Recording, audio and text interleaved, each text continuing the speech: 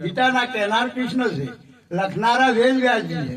એમ રામાયણની રચના કરનારા વાલ્મીકી છે, પણ એને કહેનારા શંકરજી છે પુરાણ અનુસાર.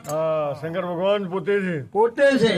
અને જયારે રામાયણની રચના થઈ ને ત્યારે શંકરજીએ 1 કરોડ શ્લોકની સ્થાપના કરી. 1 કરોડ 1 કરોડ શ્લોક. 1 કરોડ શ્લોક હતા.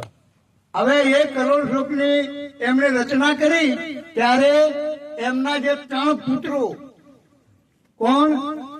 દેવ, દાનવ અને માનવ. આ દેવ, દાનવ અને માનવે શંકર ભગવાન પાસે જઈને કીધું કે ભાઈ આ તમારી જે સંપત્તિ છે એમાંથી અમને 3 હરખા ભાગ કરીને આપજો. 3 હરખા ભાગ કરીને આપી દો. એટલે બધું વેચતો આ જયારે રામાયણ આવ્યું ને એટલે 1 કરોડ માંથી 33 લાખના 3 ભાગ કર્યા. પાછળ કેટલા બધા? 1 લાખ.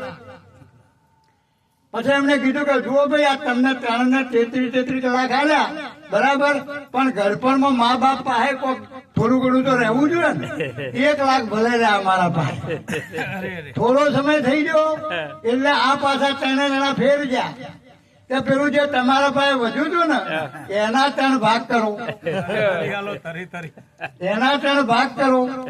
એટલે એમાં 3 ભાગ કરતા 33,000 માં 3 ભાગ કર્યા. કેટલું વધ્યું? 1,000 વધ્યા. હવે થોડો સમય છો એટલે ફેર પાછા 3 જણા પહોંચી ગયા કે ભાઈ આ જે 1,000 વધ્યા છે એમાંથી પણ તમે 3 ભાગ કરો.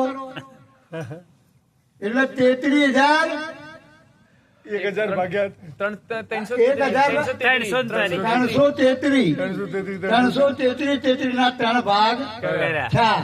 વધુ કેટલું? 1.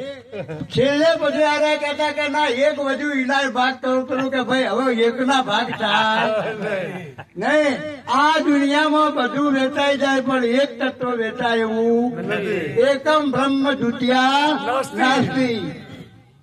અને એ જે ન વેચાય એ તત્વ રામ તત્વ એ આ રામ તત્વ છે કે જે ક્યારેય વેચાય એવું નથી. જગતની બધી જેટલી છે એટલી સમૃદ્ધિ તમે વેચી દો પણ એ ચેતન તત્વ જે રામ છે એ રામ ક્યારેય વેચા જેવું નથી. એટલા માટે પારલૌકિક અને લૌકિક દ્રષ્ટિએ રામનું બહુ મહત્વ છે. અને આજે રામનવમીનો જે પ્રસંગ છે એમાં રામના જીવનમાંથી ઘણું બધું શીખવાનું છે. અને આપણી અંદર જે ચેતન રામ છે એનું પોતાનું ભજન કરવાનું છે અને આપણી જાતનું પોતાનું કલ્યાણ કરવાનું છે. આ રામનવમીનો અસર હેતુ છે. બોલો સદગુરુદેવની.